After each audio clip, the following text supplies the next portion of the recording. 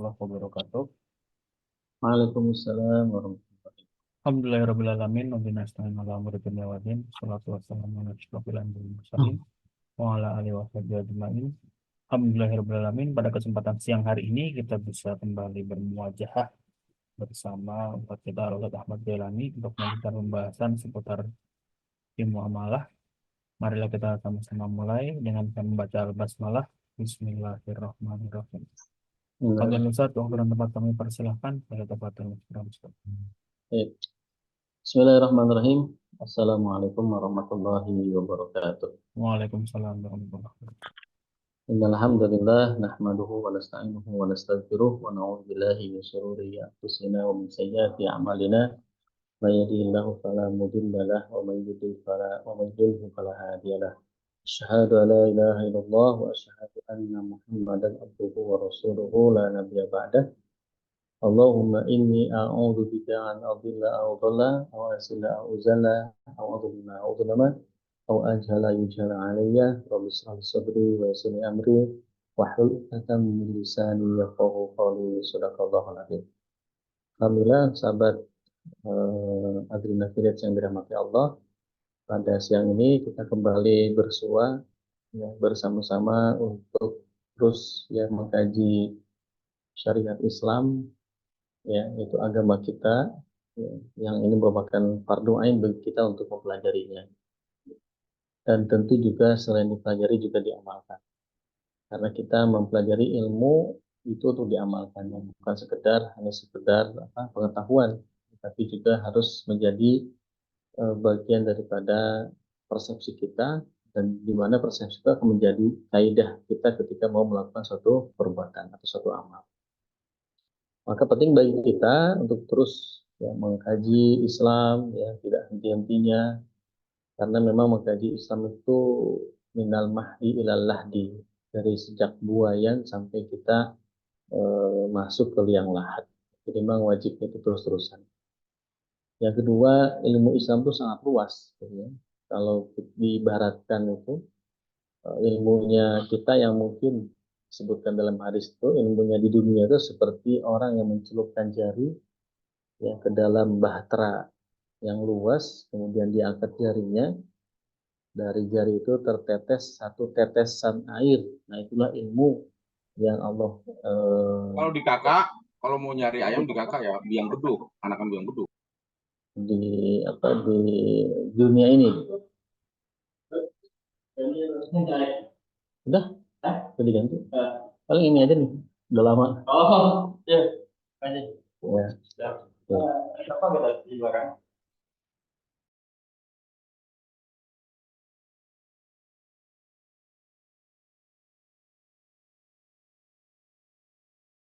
Maaf, ada kurang sedikit. Baik, jadi teruslah kita bersemangat untuk mengkaji ilmu sampai kita kemudian wafat, ya. Karena kita beramal itu perlu ilmu. Tanpa ilmu, ibarat kata kita tanpa cahaya, ya. Karena informasi atau maklumat yang berkembang di tengah-tengah kehidupan kita bukan maklumat yang Islami, tapi maklumat yang dipenuhi dengan apa namanya, dilandasi dari akidah sekularisme, ya. Maka solusinya pasti bukan dari Islam atau jauh dari Islam. Nah, agar solusi yang kita lakukan atau amal yang kita lakukan itu dianggap ibadah oleh Allah Subhanahu wa taala, maka haruslah amal kita itu sesuai dengan ilmunya Islam, ya, sesuai dengan apa yang diinginkan oleh Allah Subhanahu wa taala. Ikhwani wa akhwati rahimakumullah, kita lanjutkan pembahasan kita di kitab Al-Buyu Al-Qadimah wal Mu'assirah yang ditulis oleh Syekh Yusuf As-Sabatin, dan judul kecil ini adalah tentang jual beli barang impor, ya. Jual beli barang impor ini merupakan bagian dari judul besar, yaitu syarat-syarat Ra'sul Mal atau harga pada jual beli salam. Maka ada pembahasan kecil di dalamnya, yaitu jual beli barang impor. Nah, impor sendiri kalau kita merujuk ke definisi yang diakui di Indonesia lewat undang-undang gitu, Impor itu kan kegiatan yang memasukkan barang ke dalam daerah pabean, ya. Atau pemasukan barang atau jasa dari luar negeri atau daerah pabean untuk diedarkan ke dalam negeri atau daerah lalu lintas yang bebas. Jadi intinya impor itu adalah memasukkan barang yang dimiliki oleh luar negeri ke dalam negeri. Nah, tradisi ini tentu berlangsung tidak hanya saat ini, dulu pun juga di zamannya Islam yang namanya impor itu sering terjadi, ya. Bagaimana para pedagang Islam itu sering pergi ke Syam, yang dulu Syam itu bukan bagian daripada Daulah Madinah, ya. Dia masih terpisah. Nah, barang-barang dari Syam, yang mungkin juga dari Romawi, ya, dari Persia itu masuk ke negeri kaum muslimin. Nah, lalu bagaimana Islam itu mengatur, ya, jual beli barang yang sifatnya impor, yang mungkin juga sekarang banyak teman-teman kita yang dibilang berkecimpung di dunia impor, ya, membeli barang dari Alibaba misalkan, ya, atau dari Cina dengan harga yang grosiran atau bahkan kiloan, lalu dijual di Indonesia dengan harga satuan, ya, kayak model-model Naiso, kemudian DIY, apalagi Miniso, itu kan barang-barang dari Cina semua.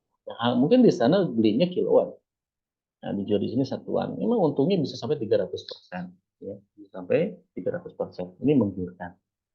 Nah, tapi tentu sebagai seorang Muslim kita harus memperhatikan, ya, bagaimana kaidah-kaidah dalam jual beli impor ini, ya, atau membeli barang impor, atau juga mengekspor, ya, menjual barang ke luar negeri kan disebut ekspor. Kalau membeli barang dari luar negeri disebut impor. Nah, dalam Islam atau dalam kitab ini dijelaskan ada beberapa skema impor, ya. Yang pertama itu langsung membeli ke luar negeri. Jadi si pembisnis ini datang ke luar negeri, ya, lalu kemudian membeli barang-barang yang dia inginkan di sana, ya, dengan cara cash di sana. Dia beli barangnya lalu bayar dengan uang cash. Lalu dia kembali ke negeri lalu dia menjualnya. Nah, ini sah, hukumnya sah. Karena sama seperti jual beli. Negara mana yang bisa, yang mana saja, mau negara Islam atau negeri Islam atau mau negeri kufur, ya tidak masalah, ya, selama memang negeri kufur itu sedang tidak memerangi kaum muslimin. Nah, kalau negara itu sedang memerangi kaum muslimin, maka hukumnya haram kita bermuamalah dengan mereka, seperti misalkan Israel, ya, yang sedang menghancurkan, membinasakan, menggenosida Palestina, ya, semoga Allah menjaga orang Palestina, ya. Maka interaksi atau muamalah kita dengan Israel itu cuma satu, perang. Tidak boleh kita bermuamalah jual beli dengan mereka, membangun kerjasama dengan mereka, karena memang statusnya dia adalah muharib fi'lan, orang yang memerangi kaum muslimin secara nyata. Maka kerjasama dengan mereka tidak boleh, hukumnya haram. Ya, membeli barang-barang mereka juga tidak boleh. Ya, pokoknya muamalah dengan mereka cuma satu, yaitu perang. Dan itulah bahasa yang mereka pahami. Bahasa diplomasi nggak paham mereka. Ya, bahasa dikucilkan dari negara juga nggak paham mereka. Pokoknya perang aja bagi mereka. Nah, makanya aneh juga sebenarnya negeri-negeri kaum muslimin di sekitarnya yang dekat itu tidak membantu Palestina. Sedangkan negara-negara barat, Inggris, Amerika, Prancis, Jerman itu malah membantu Israel walaupun jauh. Ya, nah ini dia. Ini menunjukkan ada keterpecahan di hati kaum muslimin. Ya. Selama hati kaum muslimin itu terpecah belah, maka selama itu pula kaum muslimin mungkin akan sulit untuk mencapai kemenangan. Tetapi sekali lagi, ya, pasukan kaum muslimin di Hamas itu telah menampar kita semua. Ya, nah justru kalau kita bilang mereka itu tertawan oleh Zionis Israel, justru kebalik, kitalah yang tertawan oleh Zionis Israel dan juga Barat. Negeri-negeri kaum muslimin lah yang tertawan oleh, ya, Zionis dan juga Barat. Tapi mereka lah yang bebas, ya, bebas, ya, tidak tertawan oleh Zionis, bahkan melawan kepada Zionis Israel dan juga negara sekutunya. Nah, ini menampar malu kita sebenarnya di hadapan mereka.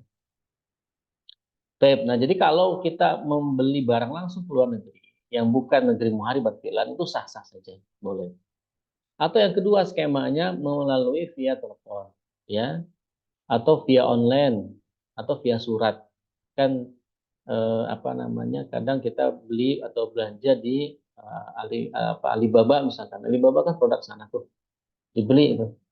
Ya, itu sah jual belinya asal dengan syarat melihat fisiknya barang, ataupun tidak bisa lihat barang, fisiknya barang boleh melihat spesifikasi dan contoh atau fotonya. Berarti ini kan terjadi akad jual beli salam, ya kan? Salam. Nanti kita bayar secara kontan, kalau sudah deal baru dikirim barangnya. Nah, ini adalah impor dengan proses via telepon atau surat atau tadi via online. Yang ketiga, bisa juga kita melalui perwakilan atau broker, ya, atau kantor dagang tertentu di negeri yang kita mau belanja barang di sana. Ini juga sah dengan syarat tadi tetap melihat fisik barangnya atau ada spesifikasi yang diperlihatkan kepada kita sebagai pembeli. Nah, ini skema impor itu ada 3 berarti, yang datang langsung ke sana melalui surat, telepon atau online. Yang ketiga adalah melalui perwakilan, ya, atau broker atau kantor dagang. Ini semuanya sah. Yang pertama sah tanpa syarat, ya. Yang kedua itu sah dengan syarat harus melihat fisik barangnya atau mengetahui spesifikasi barang yang ingin kita beli. Nah, maka itu menjadi transaksi yang sah hukumnya. Baik, itu poin 1 dari sisi skema jual beli impor atau impor, ya. Lalu kedua, bagaimana skema pembayarannya? Kalau pembayaran dilakukan oleh diri sendiri langsung seperti tadi, itu sah. Atau melalui wakil broker, itu juga sah. Yang kedua skemanya, pembayaran dilakukan melalui bank. Ini tergantung. Kalau pembayaran melalui bank itu tergantung. Pertama, jika si pembeli itu memiliki tabungan yang cukup di bank tersebut, lalu uang yang di bank itu digunakan untuk membayar belanjaan dia dari luar negeri, dan dipotong dengan biaya administrasi oleh bank, maka hukumnya boleh.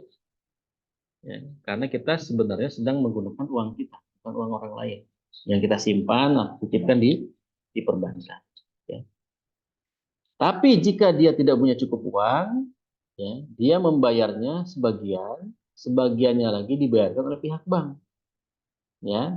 Nah, kalau seperti ini ada 2 hal. Yang pertama, kalau pihak bank yang menyertakan riba, ada bunga karena dianggap meminjam, jadi bayaran yang kedua itu dianggap meminjam kita, ya, dan dia dikenakan riba, maka hukumnya tidak boleh, tidak sah. Kenapa? Karena ada riba di dalamnya. Tapi kalau bank itu tidak menetapkan bunga, artinya sisanya itu dibayar sesuai dengan jumlah yang kita gunakan, ya, lalu ditambah dengan biaya administrasi, ya, untuk jasa bank untuk menjadi perantara pentransferan uang, maka itu hukumnya boleh atau sah.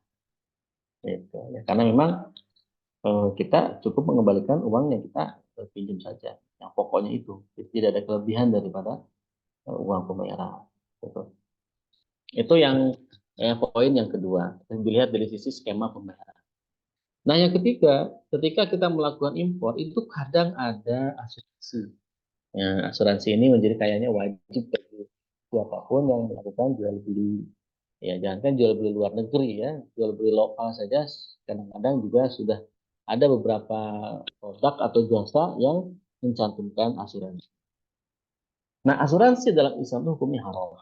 Ya, asuransi dalam Islam itu hukumnya haram. Ya.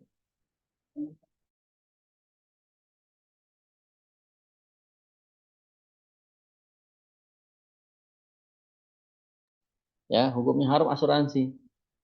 Kenapa? Karena asuransi itu tidak termasuk akad yang syar'i, ya, akadnya batil. Jadi asuransi itu bukan dilihat dari produknya saja. Ya, produknya misalkan jual beli mobil diasuransikan, ya, atau bikin rumah diasuransikan. Itu produknya kan halal, tidak ada yang haram. Nah, asuransi itu haramnya asuransi bukan dilihat dari sisi produknya saja, tapi dilihat dari akadnya. Ya. Akad asuransi itu kenapa diharamkan? Karena dalam akad asuransi itu dia dalam Islam itu kan gini. Dalam Islam itu akad jual beli itu adalah barang dan jasa.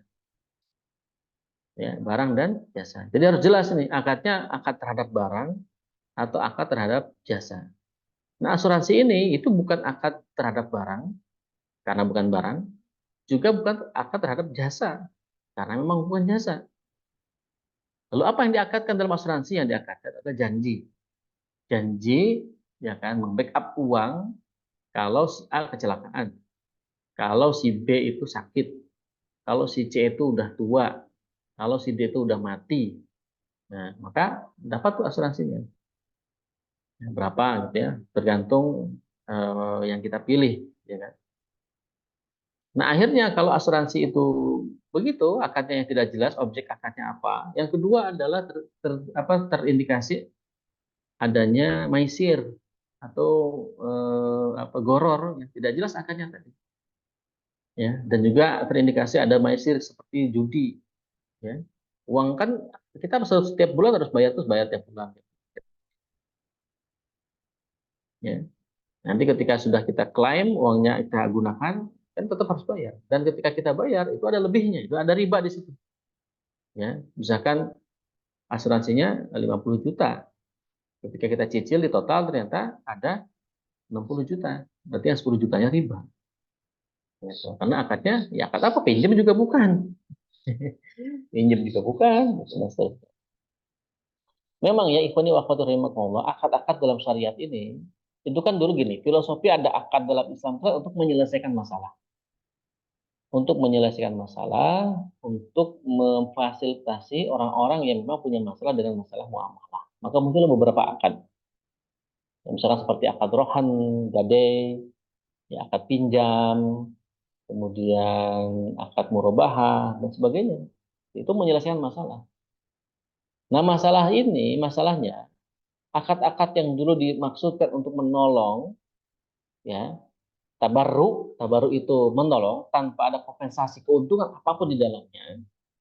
Lalu di zaman kapitalisme sekarang tuh akad-akad itu dirubah menjadi harus ada untungnya. Jadi ditarik ke ranah bisnis. Gitu. Ya kayak gadai. Gadai itu kan solusi bagi Islam, bagi orang yang memang tidak punya uang, tapi punya barang, dia butuh uang. Ya udah digadaikan barangnya. Ya dengan seharga misalkan 10 juta, maka dibalikin juga 10 juta dengan beberapa ketentuan dalam gadai. Nah, gadai ini sekarang dibisniskan. Dengan cara apa ya? Bisnisnya ya seolah-olah gadai itu ya ada uang administrasinya. Dan itu mengikuti suku bunga. Jadi aneh. Tidak ada bisnisnya. Ada bisnis yang ingin didapatkan dari akad yang sebelumnya asalnya itu bukan bisnis. Untuk menolong orang. Yang namanya menolong kan nggak ada keuntungan yang didapatkan secara materi. Mungkin secara maknawi dapatlah keuntungan. Keuntungan maknawi, rasa puas, menolong orang, rasa bahagia menolong orang gitu kan. Atau juga ada motivasi ruhiyahnya agamanya, awanu ala diri wa taqwa, misalnya menolong dalam kebaikan dan takwa. Tapi ini dijadikan bisnis ya susah. Jadi asuransi itu batil, nah maka tidak boleh. Nah karena asuransi itu batil tidak boleh, maka jika orang yang berakad asuransi itu bukan si pedagang muslim, bukan wakilnya, bukan juga karena perintahnya atau perintah wakilnya, dan itu berasal dari pihak kedua di dalam akad impor yang merupakan non-muslim, maka tidak ada dosa bagi si pedagang muslim itu. Jadi yang menetapkan, ya, kemudian tidak juga berakad untuk asuransi itu, itulah orang pihak kedua sana yang berasuransi, yang berakad dan sebagainya terkait masalah asuransi, berarti tidak ada dosa. Kepentingan kita adalah membeli barangnya si A. Dan kebetulan si A-nya itu adalah non-muslim. Maka kita tidak kena dosa atau dosa asuransi. Yang kena ya itu kafir itu. Non-muslim tadi. Gitu, ya. Pedagang muslim yang mengimpor barang hendaknya mempersyaratkan akad serah terima barang itu dilangsungkan di pelabuhan di negerinya untuk menghindarkan diri dari akad-akad yang haram tadi. Jadi baiknya kalau kita muslim sudah diterapkan negara Islam ya, akad jual belinya itu serah terimanya adalah di pelabuhan di negeri kita, jangan di sana. Ya, untuk apa? Untuk menghindari tagihan-tagihan yang itu mungkin haram kayak tadi asuransi tagihannya ya, atau yang lain sebagainya. Maka penulis menyarankan akad atau serah terima barang itu dilakukan ketika di sini di pelabuhan si pedagang. Ya, kalau kita mau ekspor. Kemudian si pedagang yang mengekspor hendaknya di dalam akad mempersyaratkan penyerahan barang dari pelabuhan negerinya tadi. Ya. Adapun penjualan barang oleh si pengimpor kepada pedagang di negerinya sebelum barang yang ia impor tiba, maka dilihat jika komoditinya termasuk komoditi yang ditakar, ditimbang atau dihitung, maka ia tidak boleh menjualnya sebelum serah terima barang yang ia impor. Jadi barang-barang salam itu yang memiliki karakter bisa diukur, ya ditimbang, ditakar, maka barang itu tidak boleh kita jual dulu, ya sebelum ada serah terima barang secara real di hadapannya. Jadi serah terima itu harus ada. Kenapa? Karena serah terima itu seperti yang disebutkan dalam kitab sebelumnya, itu dilakukan menurut jenis komoditi. Kadangkala serah terima itu berlangsung di negeri pihak yang mengekspor. Pada kondisi itu, maka orang yang mengimpornya boleh menjualnya karena ia telah memiliki komoditi itu.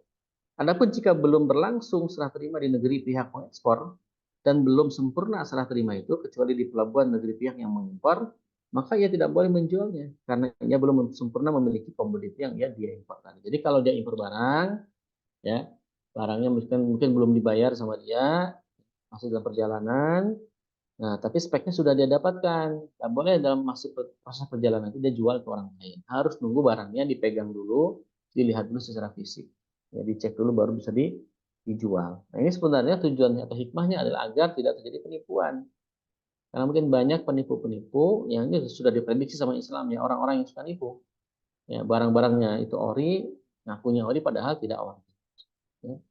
Barang-barangnya bagus semua, yang bagus di atas, yang bawah sudah pada jelek. Kan itu banyak kasus begitu. Ya, maka harus dipastikan barang itu diterima dulu sama si pembeli. Baru kalau dia mau jual lagi, setelah sah betul barang itu dimiliki dan dipegang oleh si pembeli atau yang wakil si pembeli. Ya, dan terikot memang barang-barangnya asli dan sebagainya sesuai dengan spesifikasi yang ditawarkan.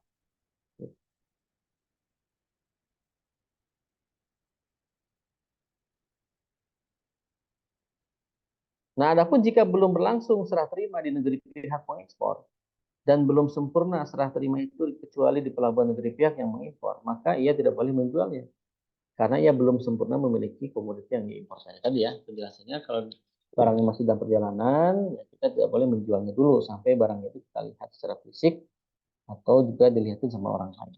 Secara fisik kalau dilaporkan. Nah, jika komoditi yang diimpor itu tidak termasuk komoditi yang ditakar, timbang, dan atau dihitung, maka pedagang yang mengimpornya boleh menjual komoditi itu sebelum komoditi itu tiba datang. Sebab dengan semata telah sempurna akad jual belinya, kepemilikan pedagang itu atas komoditi tersebut telah sempurna. Maka komoditi itu adalah sapi. Misalnya komoditi itu adalah sapi atau unta. Nah, jadi ini beda lagi. Kalau barangnya itu memang belum kita bukan termasuk yang ditakar, ditimbang atau dihitung, maka pedagang yang mengimpornya boleh menjual komoditi itu walaupun belum sampai ke negeri kita. Ya, kita pesan apa, misalkan barang yang mobil misalkan, mobilnya 5, misalkan, pesan dari luar negeri langsung. Ya, selama itu sudah dibeli, ya, kemudian sudah sempurna, ya, dan itu bukan barang yang ditekan, ditimbang ataupun dihitung, maka ya boleh-boleh aja kita jual lagi, walaupun mungkin barangnya masih dalam perjalanan. Nah, larangan yang ada dalam hadis itu dinyatakan tentang jual beli, larangan dari menjual sesuatu yang belum dimiliki oleh pedagangnya. Sebagaimana hadis, la tabi' ma laysa indak, jangan kau jual sesuatu yang belum menjadi milikmu secara sempurna. Jadi harus jadi milik kita dulu, baru kita jual. Ya. Nah, itu poin yang ketiga terkait dengan impor, yaitu berkaitan dengan asuransi yang terdapat pada impor atau ekspor. Yang keempat,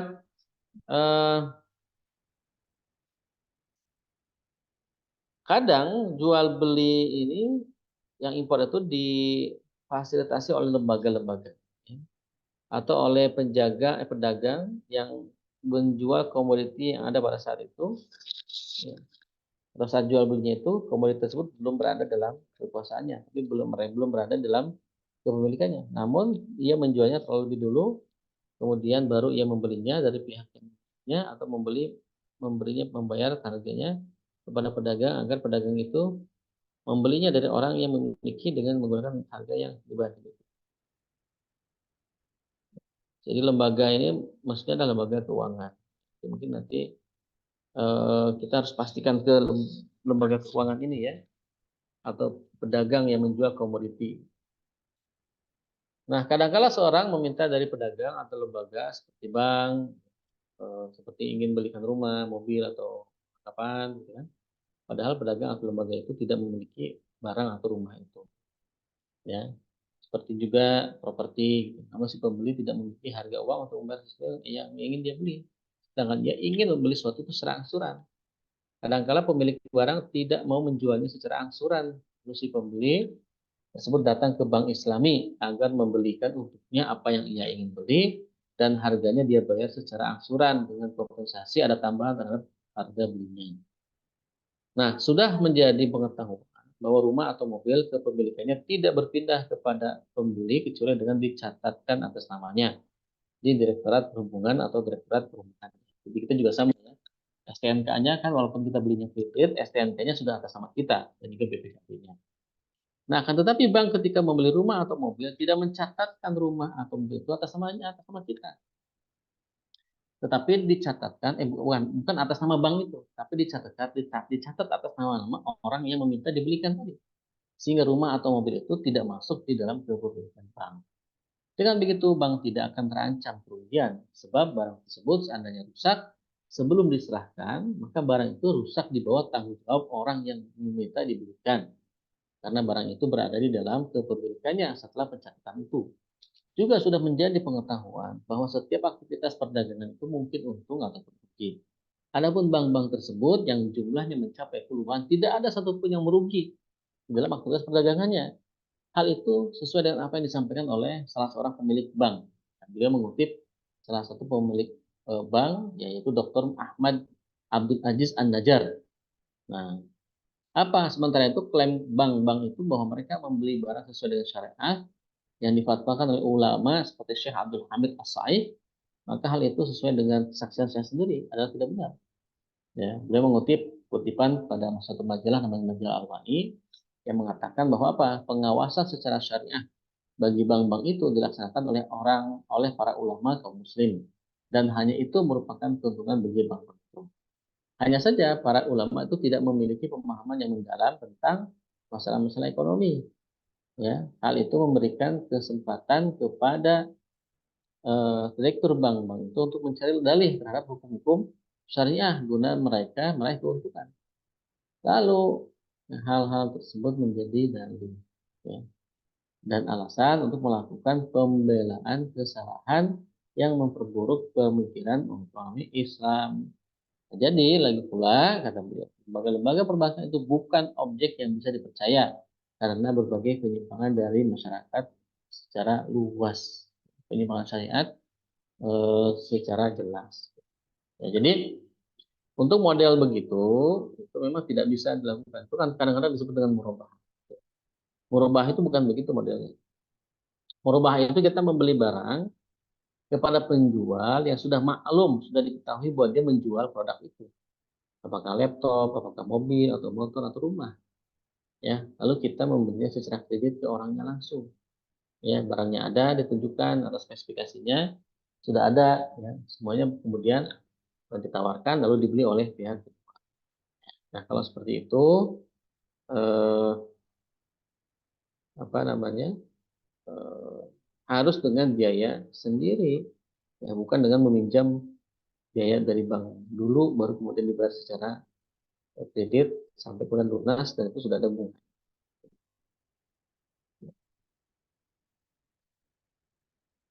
Nah, menurut Dr. Anis Mustafa Azhar, bank-bank syariah tidak menyelesaikan masalah bunga dan hubungan haram.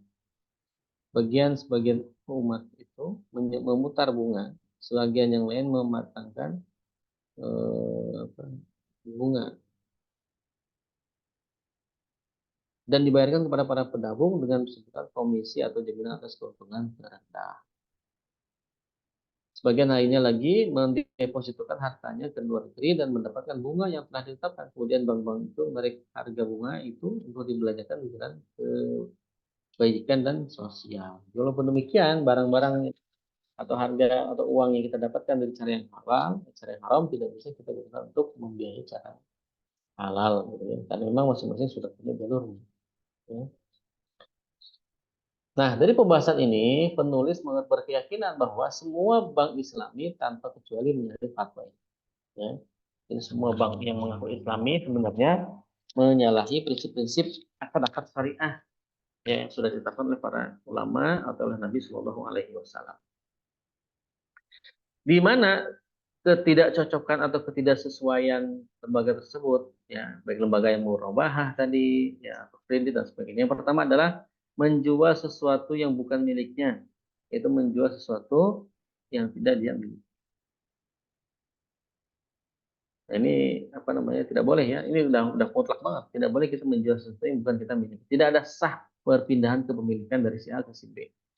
Ya, tidak boleh tiba-tiba kita jual. Gitu ya.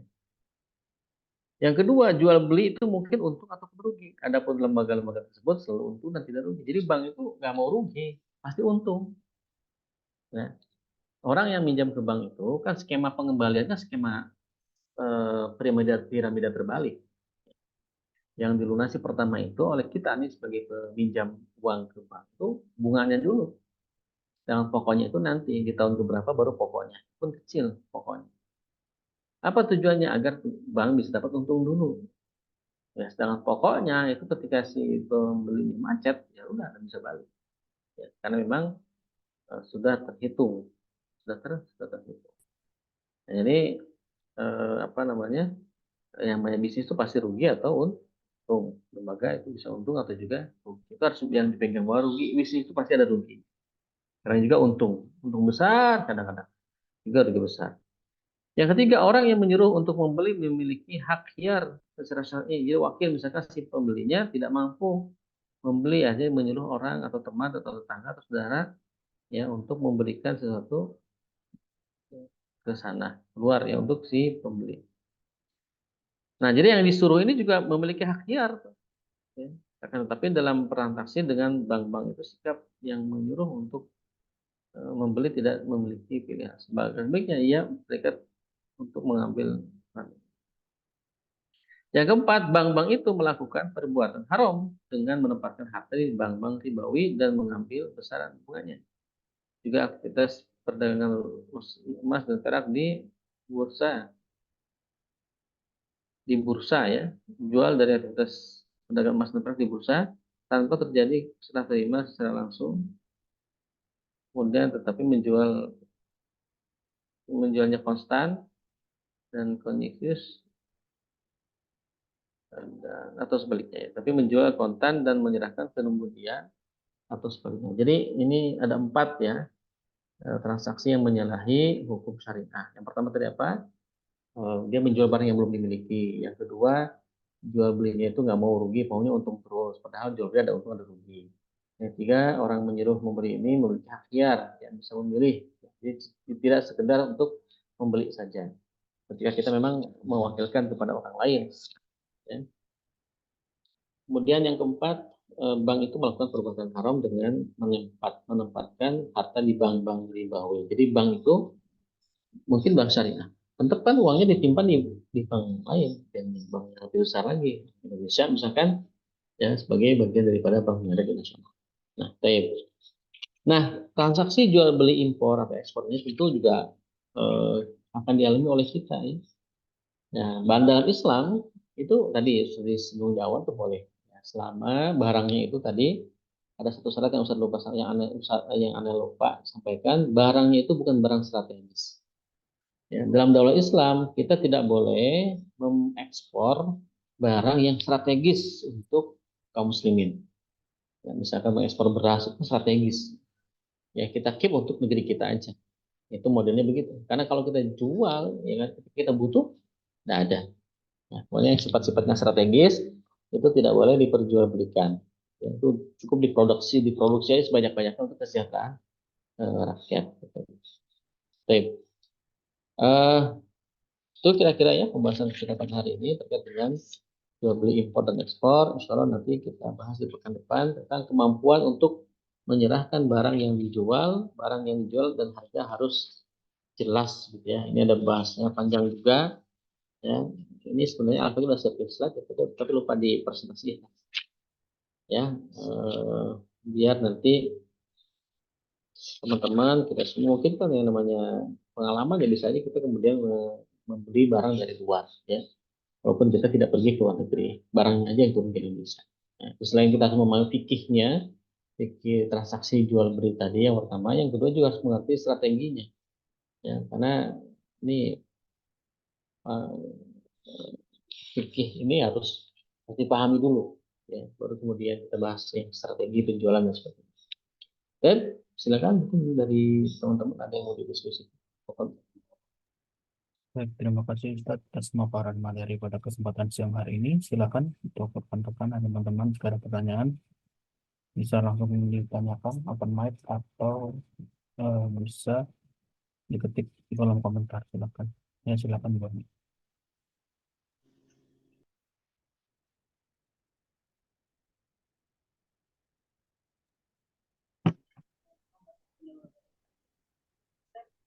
Tadi Ustaz jelasin terkait dengan barang. Suaranya kecil, Bu.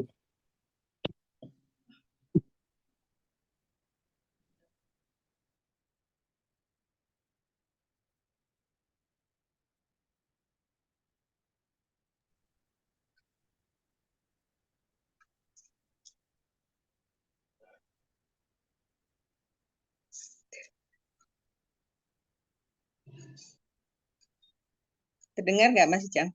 Ya, ini baru terdengar. Ya, gini Ustadz mau tanya. Tadi kan Ustadz sampaikan terkait dengan barang import ya, kalau nggak salah tuh. Jadi barang itu ketika kita import itu sebaiknya itu apa namanya pembayarannya itu adalah di negara yang di negara kita lah gitu ya. Karena harus dicek dulu dipastikan gitu. Nah, apa saya coba ini ada kasus gitu ya. Nah, ini ada kan gini ada seseorang gitu ya membeli baju itu model A gitu ya. Nah, dikonveksi gitu. Nah, lalu ya udah apa namanya terjadilah akad antara si pembeli dan penjual tadi gitu. Nah, kemudian si penjual tadi itu menawarkan gitu, apa nanti ini kan bajunya akan ini gitu, apa namanya akan dibikin gitu ya karena nggak ready gitu. Nah, terus kemudian si penjual tadi itu menawarkan gini, kalau seandainya nanti bajunya ini mau dimodifikasi gitu, itu juga bisa gitu, tapi dalam batas-batas tertentu gitu ya. Nah, kemudian si penjual juga menyampaikan gini, nanti kalau seandainya modelnya itu melebihin dari apa namanya yang dianggarkan gitu, nanti bebannya ditanggung ya sama Anda gitu. Nah, si pembelinya ini mau gitu. Nah, terus kemudian di dalam perjalanan gitu ternyata si pembeli ini ngerombak total gitu dari apa konsep dari model baju di awal gitu kan. Nah, jadi akhirnya apa namanya muncullah gitu ya anggaran yang akhirnya ya besar gitu kan walaupun dia sanggup untuk membayarnya gitu. Nah, pertanyaan saya Tat, sebetulnya gimana ya Tat kalau seperti itu gitu secara fikih atau secara syariah gitu eh baiknya apakah apa namanya itu tadi barang yang diterima itu harus sesuai dengan akad awal dulu gitu ataukah memang bisa seperti kejadian yang tadi itu gitu artinya di perjalanan dia mau ganti model dan sebagainya. Jadi memang benar-benar modelnya nggak sesuai yang dibentuk bentuk model di awal gitu. Gitu, Tat. Kira-kira dipahami nggak, Tat, ya pertanyaan saya? Iya, iya. Halo? Ya, Tat. Oh iya. Oke, berarti saya coba perjelas. Yang pertama, si A membeli model baju A ya ke pihak B, model baju Z lah ya ke pihak B secara cash apa kredit ini? Cash lah ya. Misalkan si A membeli model baju Z ke si B secara cash. Ya, terjadilah jual beli. Nah, barangnya itu mungkin karena belum nyampe, ya, belum proses, dia proses harus membuat dulu atau memesan ya. Berarti kan ini prosesnya, ini jual belinya itu jual beli, bukan jual beli barang yang sudah ada. Barangnya memang belum ada. Dia berarti memesan, ya, memesan barang ya kepada si B dengan spesifikasi yang disepakati di awal. Spesifikasi awalnya misalkan model Z tadi ya, spesifikasi model Z secara apa namanya bisa cash ya. Kalau cash berarti barangnya sudah ada misalkan, atau dia modelnya secara cash di awal ya sudah dibayar, kemudian si B membuatkan produk, artinya ini jadi barang yang tertunda, berarti masuk ke akad salam. Ini udah beres nih akadnya nih, sudah selesai, sudah selesai, sudah disepakati harganya sekian, modelnya sekian, sudah dibayar di depan misalkan ya. Kemudian selesai lah, tinggal nunggu barangnya datang. Nah, ketika proses pembuatan itu ternyata si B ya B menawarkan model lain ya, model X misalkan ya, model X dengan penambahan biaya ya, penambahan biaya. Ternyata si A setuju, oke lah, dengan penambahan biaya ada model yang baru misalkan model X ya, atau modelnya itu dicampur, ada model Z juga sebagai model X. Dan ini berarti ada biaya tambahan, ada biaya tambahan. Nah, karena yang pertama itu sudah sah, sebenarnya kemudian ada perubahan itu, berarti kan ada terjadi perubahan akad sebenarnya. Terjadi perubahan akad yang seharusnya modelnya Z berubah menjadi model X dan Z, ya, X plus Z.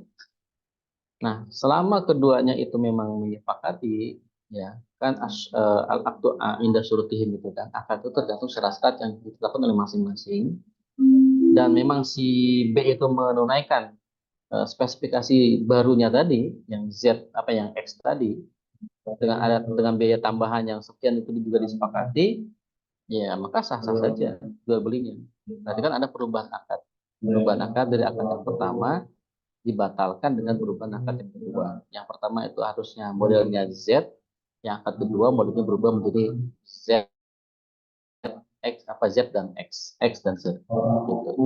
Nah, ini juga sama akadnya salam. Ya, artinya ada biaya tambahan dan dia setuju, baru kemudian barangnya datang dengan akad yang terakhir tadi, yaitu X dan Z. Nah, maka model seperti ini ya hukumnya sah saja. Ya, secara fikih sah. Kenapa? Karena akadnya tidak ada yang batil, tidak ada yang pasal. Ya, karena barang itu kan dan keduanya saling ridho, ya, dan juga terjadi perubahan akad. Jadi intinya berarti kasusnya adalah terjadinya perubahan akad yang di awalnya sudah setuju dengan model Z semua, ya, tapi ternyata si B menawarkan dengan model tambahannya X, ya, sehingga terjadi perubahan akad tadi. Jadi akad pertama dirubah menjadi akad yang kedua. Nah, ketika keduanya ridho, ya tidak masalah. Itu boleh saja. Kecuali kalau misalkan si B, si A-nya nggak setuju, tidak setuju, dia ingin tetap model Z, maka si B ini harus sesuai dengan komitmen di awal dengan model Z. Kalaupun nanti ketika nyampe ke barangnya itu ada perubahan tidak sesuai dengan spesifikasi, nah itu baru muncul fasad. Karena yang kedua itu tidak disetujui ya, oleh kedua belah pihak, ada fasad. Nah, jadi artinya barang yang kita beri itu speknya tidak sesuai dengan akad yang pertama. Harusnya Z saja modelnya, ditambah sama si B dengan model X, misalkan, dengan harga tambahan. Nah, kalau fasad begitu ya tinggal diganti, tinggal dihilangkan aja fasadnya. Cara menghilangkan fasad adalah dua, menerima apa adanya, lalu dibayarkan kekurangannya, atau tolak. Gitu. Tolak tambahan modelnya, saya nggak mau tambahan model karena saya nggak setuju dengan model X misalnya. Saya pengennya model Z saja. Saya nggak mau nambah, saya balikin barang ini, saya minta kekurangan dari barang yang model Z.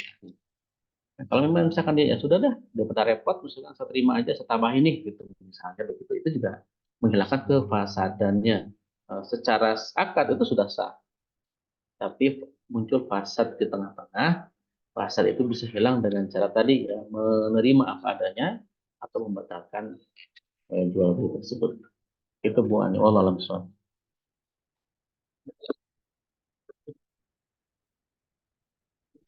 Begitu kira-kira maksudnya atau gimana?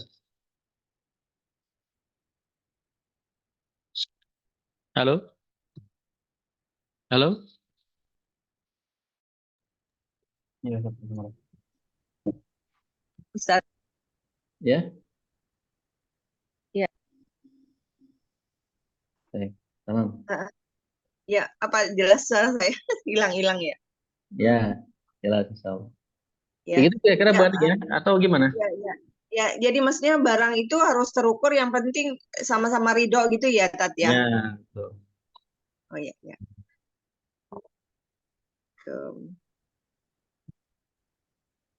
Ya, baik, terima kasih atas semua jawaban atas pertanyaan yang diberikan. Mungkin satu lagi silakan untuk pertanyaan.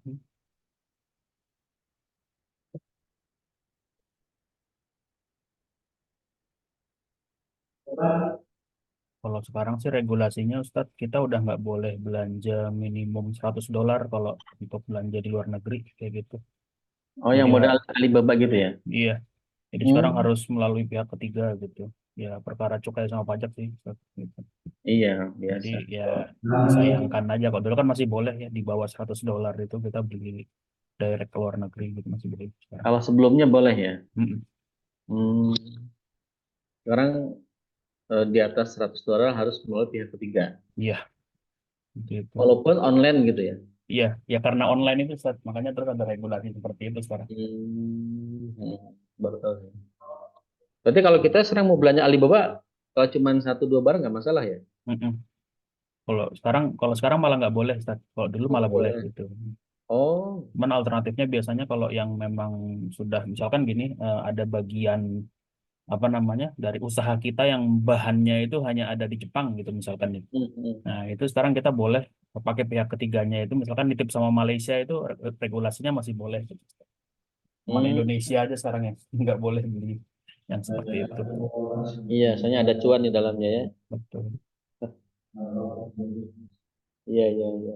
Ya, jika tidak ada pertanyaan, mungkin cukup Ustaz. Juga ingin mengingatkan Ya. kepada rekan-rekan semua, insya Allah untuk donasi Palestina sudah dibuka kembali, langsung transfer ke Mbak Dina ya. Semoga apa yang kita usahakan bisa membantu juga kawan-kawan ikhwah kita di Palestina dalam apa namanya dalam bertahan hidup dan juga bisa segera keluar dari kalut dan permasalahan.